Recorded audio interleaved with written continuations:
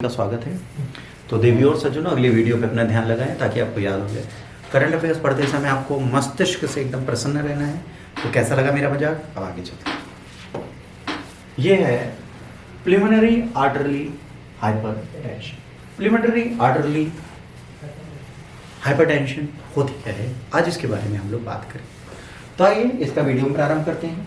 हाल में narco pharma के मौखिक निलंबन में बोसेंटन टैबलेट के लिए अमेरिकी खाद्य और औषधि प्रशासन की अंतरिम मंजूरी मिल गई है। वाह! रिसेंटली नेक्टो pharma has received US food and drugs administration finally approved for the bosentan tablet for oral suspension it's generic version of the Actelion pharmaceutical US in preliminary arterial hypertension drug translator.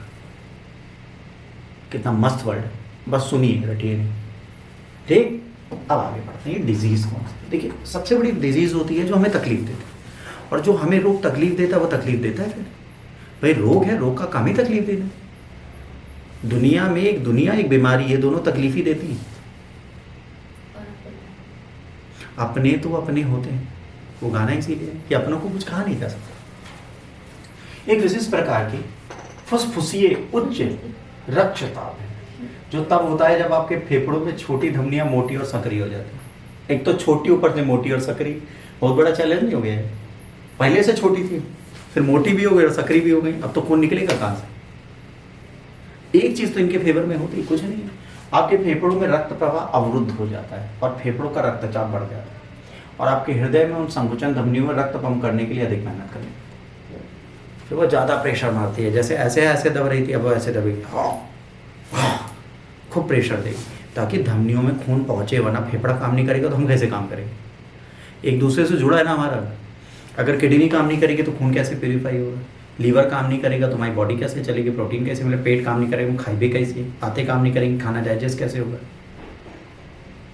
Problem है ना। अगर मान लो हमारा पेट आप हटा दो, हम तब भी खाना खा सकते हैं। कई ऐसे पेशेंट है इस दुनिया में जिनका पेट नहीं निकल गया, तो वो खाना कैसे खाते हैं? माइक्रो डाइट खाते हैं, मतलब छोटी छोटी दाते, क्योंकि वो आंतों में जाता है सीधे, एचसीएल तो है नहीं, तो आंतों में जाता है, आधे घंटे में डाइजेस्ट हो जाता है, आपको पॉटी जाना पड़ता है।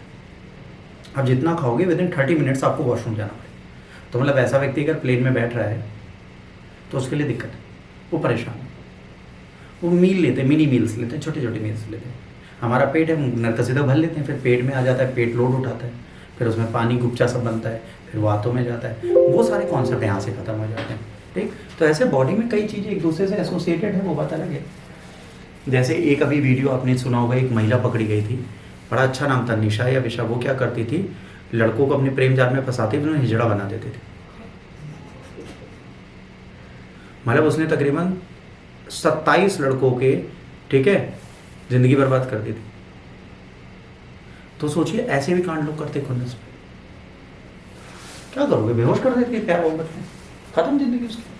तो अब ये एक बहुत बड़ी मेहनत है। अब इसमें क्या होता है, कॉज क्या होता है इसके?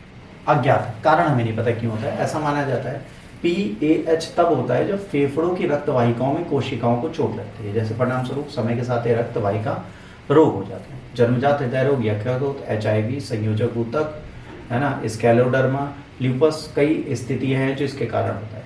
संबंध अतीत या वर्तमान में नशीले दवा का उपयोग भी हो सकता है।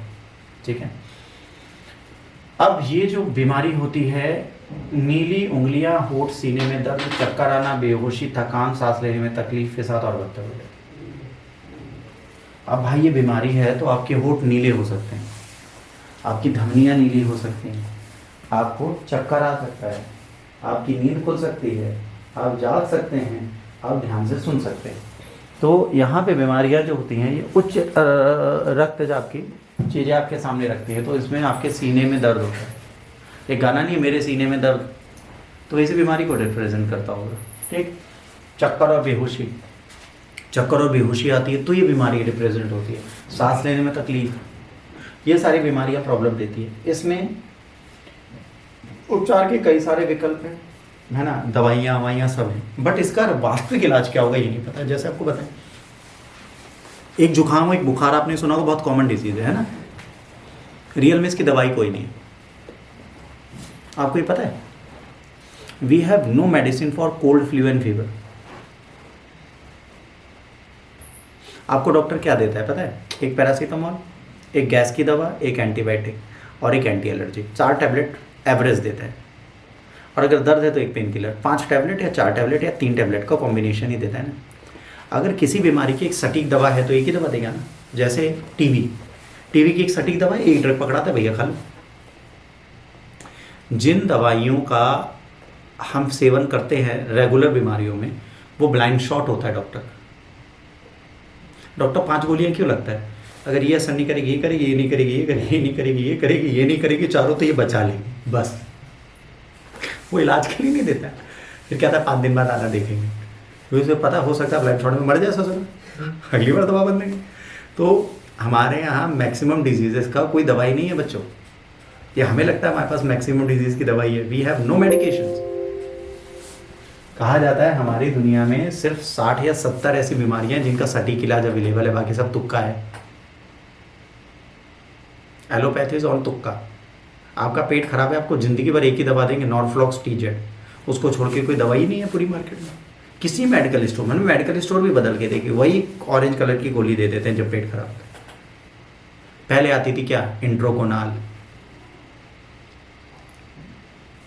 2 टैबलेट बढ़िया सी आती थी, वो नेचुरल ड्रग्स होता था, खाओ पेट झड़ना बंद, नहीं होता फिर दूसरी दी जाती थी। अब तो एक ही दी जाती, नॉर्फ्लॉक्स टीजेड साहब खा लो, उसी की मार्केट चली है पूरा। क्यों? क्योंकि दवाइयों का असर ही नहीं है। हमारी बिहेवियर ने हमारी बॉडी को बीमार कर रखा है। अब मुझे अगर पता है कि मुझे बाहर का खाना नुकसान करता है, तो मैंने क्यों झाँपा, आहान के मैंने क्यों खाया? किसका नुकसान है? मेरा नुकसान है, मैंने गलती की ना। डॉक्टर ने तो गलती नहीं की, डॉक्टर ने कहा भैया तुम बाहर का मत खाना। अब मेरी जवान लबलबाई, मैंने बाहर का खा लिया। ठीक, जब मेरी जवान लबलबाएगी तब मैं बाहर का खाऊंगा, और जब मैं बाहर का खाऊंगा तब मैं सही से चलूंगा। और कुछ बच्चे इतने प्यारे होते थे, मधुर मनोहर होते हैं।